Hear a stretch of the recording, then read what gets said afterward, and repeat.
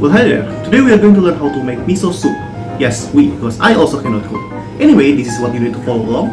I will also put them in the description below. Feel free to check them out. And with that being said, let's give it a try. First, let me introduce you to our guest scallions. This is Louis XVI, and this is Marie Antoinette. And slice them away. After that, prepare some tofu. This is local silk tofu, still wrapped in cheesecloth.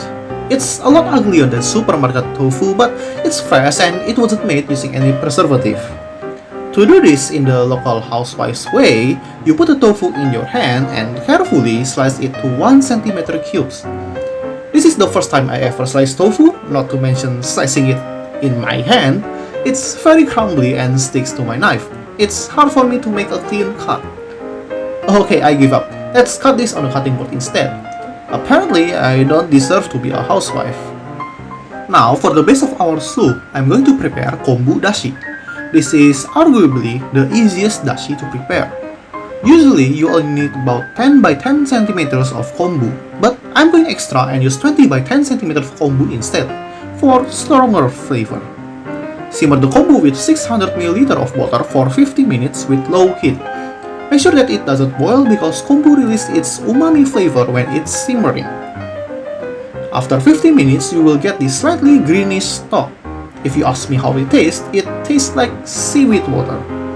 Some people will throw the kombu into the trash, but they are perfectly edible. Slice them into thin pieces and set them aside.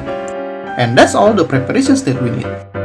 Pour all of the dashi back into the pot and add some of the kombu strips. After it starts to simmer, add about 1 to 2 tablespoons of miso paste. Again, make sure to not boil it because it weakens the miso flavor.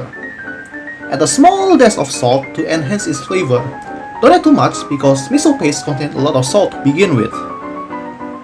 After it's properly salted, you might be thinking something along the line of, this miso soup is properly salted but it's missing something.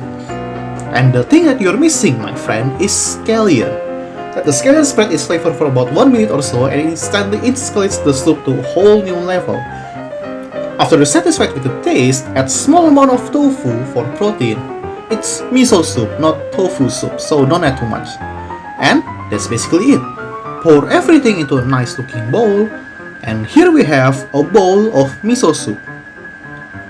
Now, let's start the review. The price of each serving is very cheap. But you can buy miso paste and kombu per portion. Kombu is especially expensive because at my local grocery store, I have to buy them by the kilograms.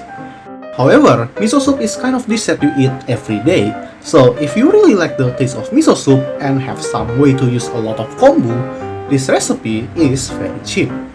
As someone who cannot cook, I think the most difficult thing to do in this recipe is keeping the dashi from boiling. If I stop stirring for more than 10 seconds, the heat starts to rise uncontrollably and the whole umami flavor is gone. For the amount of dishes to wash, you might be thinking, wow, that's a lot of dishes for a simple soup. But all of these plates are here because I'm trying to make a pretty YouTube video.